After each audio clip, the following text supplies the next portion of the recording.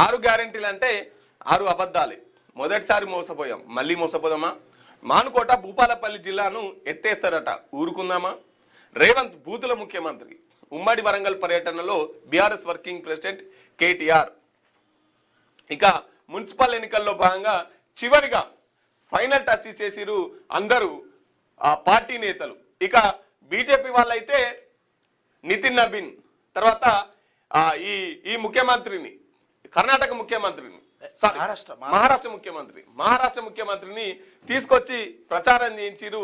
ఇక రేవంత్ రెడ్డి స్వయంగా ముఖ్యమంత్రి అలా పార్టీ గెలవాలని చెప్పేసి ఆ ముఖ్యమంత్రి ప్రచారం చేసిరు.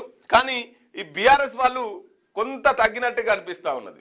అటు హరీష్ రావు కావచ్చు, ఇటు కేటీఆర్ కావచ్చు, కొంత తగ్గినట్టుగా కనిపిస్తా ఉన్నది. ఇక మీ 2 పార్టీలు అయితే గట్టిగానే ప్రచారాలు చేసినాయి.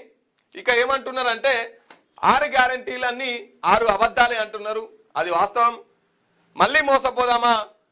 మొన్న ముఖ్యమంత్రి గారేమో మీ జిల్లాల్ని ఏం ఎత్తేయం, మీ జిల్లాలు ఎట్లుంటాయో అట్లనే ఉంటాయి, కాకపోతే కొంత పునర్వ్యవస్థీకరిస్తామని చెప్పేసి ముఖ్యమంత్రి రేవంత్ రెడ్డి మాట్లాడినటువంటి పరిస్థితి.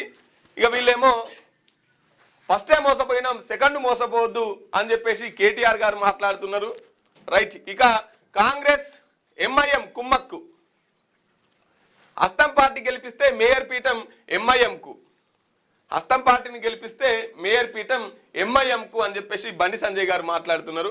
ఎన్ని డబ్బులు ఇచ్చినా తీసుకోండి, అదంతా మన సొమ్మే, ఓటేసే ముందు ఆలోచించకుంటే 5 ఏళ్ళు ఆగమవుతామని చెప్పేసి అంటున్నారు.